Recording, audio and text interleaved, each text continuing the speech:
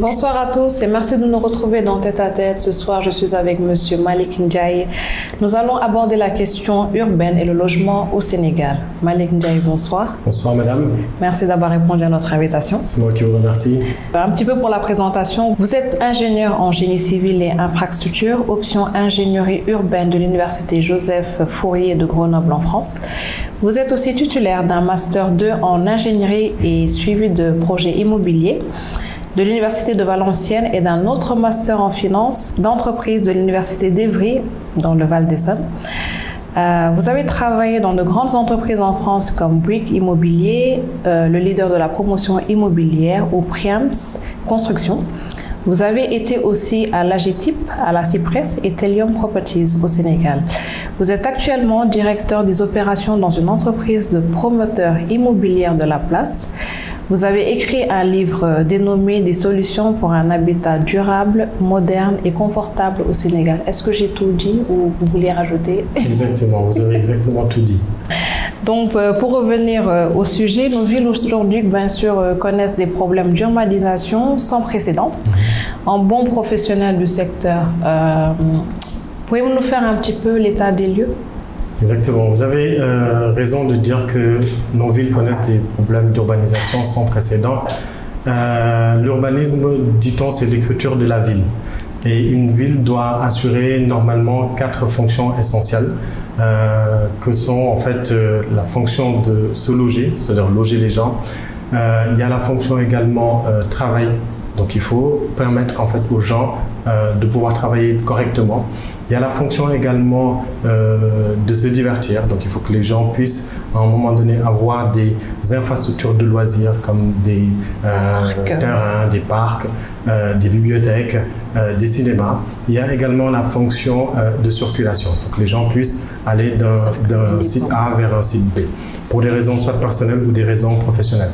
Alors, il se trouve que nos villes africaines ne garantissent pas ces 4 fonctions essentielles que sont donc se loger, travailler, circuler et se divertir. On a du mal à loger des populations, on se retrouve donc avec énormément de bidonvilles. On a du mal à avoir des infrastructures pour des bureaux, pour travailler. Donc de ce fait, l'économie, il se présente en fait une économie, on va dire, informelle de rue. On va trouver des mécaniciens, des menuisiers dans la rue parce que faute de place ou de locaux professionnels. Au niveau de la fonction circulation, du fait qu'il y a une croissance urbaine qui est très forte, les villes ont tendance à s'étaler. Donc qui dit étalement urbain dit besoin de circuler, et qui dit besoin de circuler dit, en fait, parce que les distances sont beaucoup plus loin, on a besoin de prendre des moyens mécanisés. Et donc plus de moyens mécanisés dit plus de voitures et d'embouteillages sur les rues. Mais ce qui sous-tend tout cela, c'est en fait en réalité une forte croissance urbaine. C'est-à-dire qu'il est prévu qu'en 2050, que 2 Africains sur 3 vivent en ville. C'est-à-dire qu'on sera pratiquement 67 à 66% à vivre en ville. En plus de ça, il y a une forte explosion démographique qui fait qu'il y a une très forte demande en infrastructure, en services et en logement. Ce que en fait, la croissance économique n'arrive pas à absorber. Il y a également une vraie absence de planification urbaine. C'est-à-dire qu'on a une urbanisation de fait. Alors que la ville a besoin d'être aidée pour pouvoir assurer ces fonctions-là. Et ça pose vraiment problème. En plus, on a également un problème de gouvernance urbaine, c'est-à-dire que qui est l'autorité organisatrice de la ville? Dans les pays développés, on a une entité identifiable, en général c'est les mairies. Quand on va à Paris, c'est la ville de Paris. Quand on va à Lyon, c'est le Grand Lyon. Et donc on sait que quand il y a un problème d'éclairage public, on sait vers qui il faut aller. On sait quand il y a un problème de déchets, on sait que c'est la mairie où il faut aller. Ici, on a une multitude d'organisations, d'organismes qui en fait s'occupent de cela. Vous avez pour les routes l'AGEROUTE, vous avez pour l'assainissement l'ONAS au Sénégal, vous avez pour les déchets l'UCG, et donc toutes ces organisations-là dépendent de l'État et ne travaillent pas forcément ensemble, n'ont pas forcément les mêmes intérêts. Et de ce fait, on a un défaut de coordination parce que en fait, tout est cloisonné, toutes ces compétences sont cloisonnées. Donc il y a un vrai problème de gouvernance urbaine. Dans les grandes villes du monde, c'est pas à l'État central de s'occuper des déchets. C'est pas à l'État central de s'occuper des routes. Et ce problème de gouvernance urbaine est quelque chose sur lequel il faut travailler. Il y a également l'absence de normes, où quand elles existent, elles ne sont pas respectées. Quand on voit par exemple sur la ville de Dakar, tous ces immeubles qui poussent et qui ne respectent pas en fait les normes de construction. Je vais vous donner un exemple qui va peut-être plus vous parler. Si on prend le point E, la norme dit que la hauteur des bâtiments ne doit pas dépasser la largeur de la rue plus 1 mètre. C'est ce qui est écrit dans la loi sénégalaise actuellement. Et ça veut dire que pour des immeubles du point E, on a à peu près des rues qui font entre 10, 11, 12 mètres. Alors 10 mètres, 11 mètres, ça veut dire que les hauteurs des bâtiments ne doivent pas dépasser 12 mètres. 12 mètres pour des hauteurs sous plafond d'un plancher, on va dire sur 3 mètres, on doit être autour de R plus 4, non, plutôt R plus 3, avec peut-être une attique avec un recul. Toujours au point E, on a par exemple ce qu'on appelle le coefficient d'emprise au sol. C'est-à-dire que quand vous avez une parcelle, vous ne pouvez pas construire sur 60%, que sur 60% de la parcelle. C'est-à-dire que si vous avez une parcelle de 1000 m², en fait, la construction doit en fait être les 600 m². Et donc, les 400 autres mètres carrés doivent être laissés libres de construction. Quand on regarde le point E, il y a des immeubles R plus 10 construits sur toute la surface. Et en fait, c'est ce non-respect des règles de construction, cette mauvaise planification, ce manque de coordination dans la gestion de la ville fait qu'on arrive à en fait, un problème d'urbanisation dans les pays africains. Tout à fait. Les populations donc attendent aujourd'hui de la ville qu'elle soit plus verte, plus respectueuse de la nature. Comment accélérer cette dynamique ? Oui, vous avez raison. C'est-à-dire que les gens attendent en fait que la ville soit beaucoup plus verte. Il se trouve qu'on a plus une urbanisation plutôt sauvage. On a un urbanisme prédateur, productiviste, où en fait tout lopin de terre est bétonisé, étanchéifié, asphalté. On se retrouve donc avec des conséquences désastreuses sur la qualité de vie et sur le cadre de vie. Des conséquences sur le réchauffement climatique. On a des problèmes d'îlots de chaleur, c'est-à-dire que plus vous avez de béton, plus la température dans la ville a tendance à augmenter. On peut le voir quand on se promène, quand il fait extrêmement chaud et qu'on se promène dans un parc, le parc de Hann, vous sentez rapidement 2 à 3 degrés de moins par rapport à la ville. Et donc ces problèmes de non prise en compte des questions de développement durable, de l'introduction du végétal dans le bâti pose un problème réel en fait dans la fabrique de nos villes. Il faudrait en fait aujourd'hui repenser notre modèle de fabrique de la ville pour qu'elle intègre beaucoup plus de végétal aussi bien dans la construction des bâtiments que dans la construction des ouvrages publics. Je vous donne un exemple. Quand je travaillais pour Bouygues Immobilier, il m'arrivait d'avoir des projets dans la ville de Lyon. Qu'est-ce qui se passe? En fait, on vous impose déjà de ne pas construire sur la totalité du terrain. En plus de ça, c'est-à-dire c'est ce qu'on appelle le coefficient d'emprise au sol. En plus de ça, il y a ce qu'on appelle un coefficient d'espace vert. Vous ne pouvez pas construire sur la totalité du terrain, mais en plus de ça, vous devez laisser peut-être 20% du terrain en pleine terre pour que, en fait, on puisse y planter des arbres et de la végétation. Et ça sert en fait à recharger les nappes phréatiques. Et donc, et puis l'obligation également de planter des arbres. C'est-à-dire que sur pratiquement tous les projets immobiliers que j'ai eu à gérer en France, l'obligation de planter des arbres était inscrite dans les règles d'urbanisme et on devait, l'urbanisme moderne parle de trame verte, de trame bleue, c'est pour le respect de la biodiversité. C'est-à-dire qu'il faut qu'à un moment donné, qu'il y ait dans la ville des îlots verts et que ces îlots soient, et des îlots bleus, donc de l'eau, et que ces îlots soient reliés entre eux pour permettre aux organismes vivants de pouvoir se reproduire et assurer en fait une bonne biodiversité.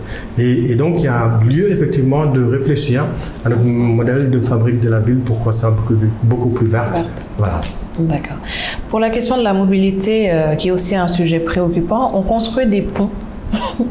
Actuellement, on en a. Exactement. Et on a l'impression que ça ne règle pas le problème. L'embouteillage, les embouteillages continuent. Exactement. En fait, oui, on construit énormément de ponts, on construit énormément de routes. Et en fait, tous ces projets urbains qui sont, disons, sous couvert de progrès sont souvent des désastres urbains. En fait, si on regarde bien, les grandes villes aujourd'hui du monde sont en train de déconstruire ces ponts, de supprimer les autoroutes urbaines pour en faire des boulevards urbains pacifiés. Anne Hidalgo a annoncé vouloir instaurer la limitation des vitesses à 30 km à l'heure dans tout Paris intramuros. Le boulevard périphérique qui entoure Paris a connu une première baisse il y a quelques années de cela, de 80 à 70, et elle envisage dans les mois à venir à limiter les vitesses à 50 km à l'heure. Plusieurs avantages: moins de pollution de l'air, moins de bruit, une ville beaucoup plus apaisée, moins de stress, où en fait l'humain prend possession de la ville. L'ère du tout véhicule est dépassée. La voiture et la vitesse a atteint ses limites. Aujourd'hui, on veut remettre l'humain au centre de tout, et le fait de vouloir à chaque fois aller vers des vitesses, c'est ce qu'on appelle en fait les contraintes de relâchement de mobilité.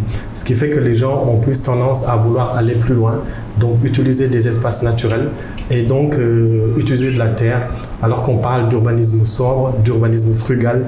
Donc c'est des choses qui, en fait, c'est toutes des notions très modernes de l'urbanisme que l'on ne voit pas dans la réalisation de nos villes. Alors, l'Afrique du Thon est un continent de richesse, de jeunesse, de promesses. Sa population augmente considérablement, et comment faire justement pour habiter tout le monde? Oui. La question du logement social revient depuis... Exactement, vous avez raison de dire que l'Afrique est un continent de promesses, de jeunesse et de richesse. Ok, d'espoir, on va dire. Parce que en fait, les gens ont envie à un moment donné de goûter à la modernité, de goûter à ce qu'on appelle l'émergence. Il se trouve qu'on est confronté à plusieurs défis. Il y en a pour moi 4 défis majeurs qui attendent les pays africains. Je vais vous d'abord parler des 3 défis qui ont en fait concerné pratiquement tous les pays. Le premier défi, c'est le défi industriel. C'est-à-dire qu'en fait, à un moment donné, il va falloir être beaucoup plus productif dans ce que nous consommons, dans ce que nous produisons. Beaucoup plus performant dans ce que nous... Voilà. Alors, il faut aller vers une industrialisation de l'Afrique. Donc, c'est ce que j'appelle le défi industriel. Il y a un deuxième défi qui est le défi de l'équité sociale. C'est-à-dire qu'en fait, à un moment donné, il faut qu'il y ait des gens qui travaillent et qu'ils puissent vivre dignement de leur travail. Ça, c'est un vrai défi. Il y a un troisième défi qui est le défi du développement durable. C'est-à-dire que quand on va produire avec nos usines, quand on va circuler avec nos véhicules, quand on va construire des bâtiments, il faut qu'on soit plus respectueux de l'environnement. Il se trouve que en fait, ces 3 défis-là, le défi industriel, le défi de l'équité sociale et le défi du développement durable, les pays modernes actuellement développés ont eu en fait à le vivre de façon successive. Ils ont d'abord connu la révolution industrielle, ils se sont d'abord ensuite battus sur l'équité sociale avec un meilleur partage en fait des richesses, avec une couverture médicale pour tout le monde, avec un système de retraite performant. Et actuellement, ils sont en train de réussir la transition écologique. Si on prend l'Europe, ils ont prévu, par exemple, en 2040, de supprimer tous les véhicules à moteur. C'est-à-dire qu'en 2040, d'ici 20 ans, il n'y aura plus d'essence dans les véhicules. Ce sera des véhicules électriques. Donc ça, c'est une transition écologique qu'ils sont en train de réussir. Mais ils l'ont fait de façon successive. L'Afrique, à travers en fait, son histoire, à travers son histoire, la colonisation, en fait, à un moment donné, doit faire face à ces trois défis de façon simultanée. D'accord. Voilà. Il faut à la fois construire beaucoup d'usines, il faut que ces usines soient vertes, il faut que les travailleurs qui sont dans ces usines-là gagnent suffisamment pour pouvoir vivre dignement, avoir des logements, pouvoir assurer une bonne scolarité aux enfants. Il faut que la voiture, le moyen de transport qui amène ce salarié-là à l'usine soit propre. Et en fait, il faut que la maison soit aussi respectueuse de l'environnement. Donc, en fait, ces trois défis sont des défis qui se présentent aujourd'hui à l'Afrique, d'où la difficulté avec de maigres moyens. Alors, il faut se dire une chose, je vais sur l'histoire des moyens. Une ville comme Paris a un budget de 3 600 € par habitant et par an. C'est à peu près 2 300 000 CFA par habitant et par an. Une ville comme Dakar, c'est 66 € par habitant et par an. On est sur du 43 000 francs CFA par habitant et par an. Donc d'où cette difficulté de produire une ville à l'image en fait des grandes capitales ou des grandes métropoles que nous connaissons avec toute l'attractivité qui va avec. Alors le quatrième défi qui est spécifique à l'Afrique, le logement social, c'est la population, c'est le boom démographique. En fait, on est actuellement 1,2 milliard d'Africains. Il est prévu d'ici 30 ans, qu'on sera 2,4 milliards d'Africains. En fait, tous les 2 ans, l'ONU produit en fait l'état général de la population du monde. Et chaque année, chaque 2 ans, on vient découvrir en fait les prévisions. Et chaque année, en fait, on se rend compte que d'année en année, que ça se confirme. 2,4 milliards d'Africains. Qui sera essentiellement composé de la jeunesse. 25%, plus de 50% auront moins de 25 ans, ce qui est énorme. Pour l'Afrique, pour le Sénégal, ce qui nous concerne spécifiquement pour le Sénégal, on est actuellement 16 millions d'individus. L'ANSD, l'agence qui s'occupe de la démographie, ils ont publié un rapport en 2016 sur les projections démographiques du Sénégal entre 2013 et 2063. Qu'est-ce qu'ils disent dans le rapport? C'est qu'en 2020, on est 16 millions d'habitants et en 2050, donc d'ici 30 ans, on sera 39 millions de Sénégalais. 38,9 millions de Sénégalais, pour être exact. Et donc, il y aura dans les 30 prochaines années plus de 23 millions de nouveaux Sénégalais qui vont venir se rajouter à ce qui existe déjà. Donc, il au bordel qui existe déjà. Qu'est-ce qu'il faudra? Quelle solution pour les abriter? Voilà, ça c'est un vrai problème. Voilà tout l'enjeu de l'Afrique. Présenté comme ça, on le comprend mieux que quand un président français vous explique que vous faites trop d'enfants. Mais la réalité, elle est vraiment là. C'est-à-dire qu'en fait, il faut à un moment donné se poser la question de savoir, on a des difficultés pour vivre avec notre milliard 2, comment on va faire avec notre 2,4 milliards? C'est tout l'enjeu des prochaines années. Et donc, cela va nécessiter d'avoir des infrastructures, beaucoup d'infrastructures, beaucoup de services, beaucoup de moyens. Et je pense que c'est possible si maintenant on se pose les bonnes questions et qu'on essaie d'y répondre. Oui, c'est un vrai problème. Et c'est ça. Et vous savez combien de personnes, en fait, par jour, s'augmentent à la population sénégalaise? Combien? 1200. Par jour? Par jour. Il y a 1200 personnes chaque jour qui se rajoutent à la population sénégalaise. C'est les données qui sont... Et ces jeunes qui habitent déjà dans le foyer moderne ne partent pas très tôt. C'est pas comme en Europe où à 16-18 ans déjà on prend son autonomie, on part. Exactement. Mais même si on prend en fait la taille d'un ménage sénégalais, toujours sur les statistiques de l'Agence nationale de la statistique du Sénégal, on est sur 8 personnes en moyenne pour une famille sénégalaise. Si vous prenez 23 millions de nouveaux Sénégalais, c'est quelque chose comme 800 000 nouveaux Sénégalais chaque année. Si vous mettez 8 personnes par ménage, ça vous fait 100 000 ménages chaque année qui devra venir se rajouter, même si vous prenez 8 personnes dans une famille. Et l'expérience montre que ça a tendance à baisser. Donc en fait, on est en train de créer, dans les années à venir, 100 000 ménages supplémentaires chaque année. Voilà l'enjeu vraiment, en fait, démographique qui, aujourd'hui, en fait, se fait face à l'Afrique. Oui. Toujours par rapport à l'accès au logement, qui est vraiment un problème pour les Sénégalais, surtout les plus démunis. Alors, qu'est-ce qui devrait être fait, d'après vous, pour régler le problème du logement? Oui, ça c'est un vrai problème et ça va venir, ça va encore s'empirer. En 2013, le déficit de logement était estimé à 158 000 unités à Dakar, à 300 000 à tout l'intérieur du Sénégal. Un économiste de la Banque mondiale estime le besoin annuel de logement en Afrique à 5 millions. C'est-à-dire que l'Afrique devra produire dans les 30 prochaines années, chaque année, 5 millions de logements. Si on prend le cas du Sénégal, c'est 23 millions de nouveaux Sénégalais qui vont venir se rajouter à la population sénégalaise. Donc on sera 39 millions de Sénégalais. En raisonnant de façon mathématique, claire, logique, c'est 800 000 en moyenne Sénégalais qui vont arriver. Donc c'est 100 000 ménages. Donc il faudra chaque année construire 100 000 logements pour loger ces ménages-là dans les années à venir, pour ne pas avoir de problèmes, de difficultés de stabilité sociale. L'enjeu est énorme, c'est-à-dire qu'on n'a pas besoin de 100 000 logements en 5 ans, on a besoin de 100 000 logements chaque année. Mais c'est encore plus grave quand on sait que le Sénégal ne construit même pas 5 000 logements par an. C'est ça. Donc en fait, vous voyez le gap. D'où la pression qu'il y a dans l'immobilier. Moi, je suis un professionnel de l'immobilier. Il y a une pression qui est tellement forte, qui fait que il y a une inflation tellement forte qui fait que les prix ne sont pas prêts de baisser. Donc on parle de 100 000 logements et on fait 5 000 logements. Le gap est énorme. Chaque année, le déficit croît.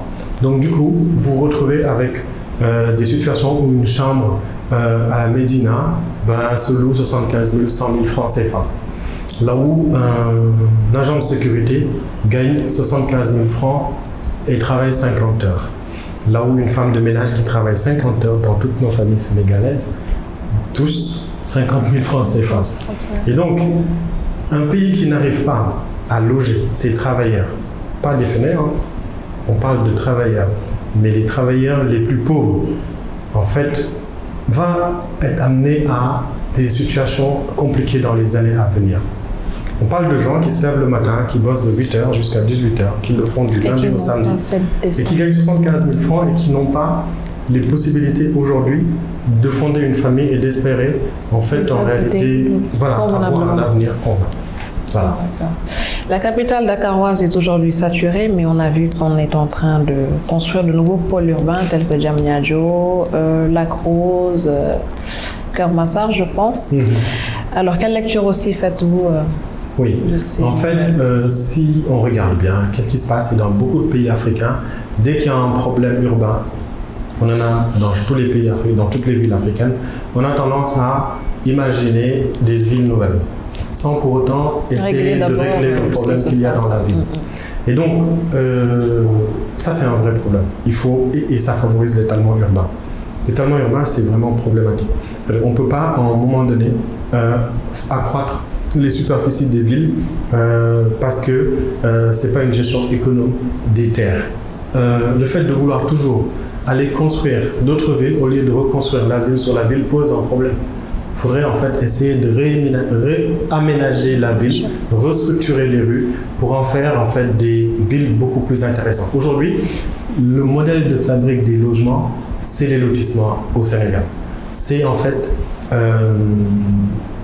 des hectares de terrain qui sont viabilisés sur des parcelles de 150, 200, 250 mètres carrés. C'est une mauvaise façon de faire des villes. Déjà, l'offre foncière de qualité, elle est mauvaise. Sur une parcelle de 150 mètres carrés ou 200 mètres carrés, qui va finir en immeuble, vous ne pouvez ni faire de place de stationnement, ni prévoir un parking. Rien que, une rampe de parking, vous prendrez pratiquement la moitié du terrain. Donc, pour pouvoir créer de villes fonctionnelles, de villes avec une bonne qualité, il faudrait sortir de cette logique de faire des lotissements où le ratio de logements à l'hectare est entre 30 et 40 logements à l'hectare. C'est-à-dire que quand vous découpez des terrains de 150, 250 mètres carrés, sur un hectare, vous ne pouvez pas avoir plus de 40 logements. 40 si c'est 150 mètres carrés et on descend à 30 si c'est des 250, 300. une ville comme Paris. Aujourd'hui, les villes modernes ont des ratios de logements autour de 250 logements à l'hectare. C'est ça en fait, c'est comme ça qu'on définit. En fait, sur 1 hectare, ils arrivent à, parce qu'ils construisent en hauteur, parce qu'ils ont imaginé en fait le vivre ensemble différemment. Et donc, ils arrivent à mettre 250 logements sur 1 hectare, là où nous, on en fait 30. Donc, de ce fait, on utilise beaucoup d'espace. L'actualité sur la question du littoral, en ce moment, qu'est-ce que vous pensez de la gestion du littoral? Oui. C'est un sujet chaud. Tabou. Hein? Chaud. Exactement. Qui fait polémique en ce moment. Polémique. Bon, au-delà même du littoral, il y a en fait la gestion foncière. En fait, nos terres, qu'est-ce qu'on en fait? À qui on attribue? Déjà, cette idée d'attribuer des terres, c'est-à-dire que l'affectation, c'est-à-dire que l'État puisse prendre un terrain et l'affecter à un individu, quelles que soient les raisons, est problématique pour une république et une démocratie. Au nom de quoi cette personne en a le droit plus que moi? Parce qu'il veut créer un hôtel, mais moi, s'il me donne cet terrain-là, qui coûte 5 milliards, mais si je vais à la banque, mais je fais un méga hôtel aussi. Pourquoi cette personne? Donc ça pose vraiment un problème d'équité, ça pose un problème en fait voilà, sur ce qu'est tout simplement la République. Donc si on veut vraiment arrêter cela, il y a une chose à faire, c'est de revoir la loi, le principe d'affectation. Il est évident que la mer, qui est un monument de l'environnement, doit être laissée pour tous, à tout le monde. Voilà. Tout à fait. Monsieur Malick Ndiaye, votre mot de la fin? C'est juste qu'il faudrait qu'à un moment donné, que nous tous, nous prenions conscience des enjeux. C'est-à-dire qu'aujourd'hui, en fait, on est à la croisée des chemins. Soit on y arrive, et ben voilà, tout ce qu'on parle, dividendes démographiques, tout ça, ce sera que de la croissance, mais une croissance ne se mange pas. C'est-à-dire que quand on aura fini de couper toutes les arbres, quand on aura bétonné tous les îlots de terre qui existaient, quand on aura que l'air que l'on respire sera irrespirable, on comprendra que la richesse n'est pas dans le taux de croissance, que l'argent ne se mange pas, l'argent ne se respire pas. Et donc il faudrait une croissance beaucoup plus verte. Il faudrait plus prendre soin de notre maison commune qui est en train de brûler tout simplement. Et merci surtout aux solutions que vous nous avez plus ou moins apportées tout au long de cet entretien. C'est moi qui vous remercie. Et quant à moi, je vous donne rendez-vous prochainement dans Tête à Tête avec un autre invité. Vous pouvez bien entendu suivre l'intégralité de l'émission sur les réseaux sociaux, sur notre page YouTube Label TV l'officiel. Merci.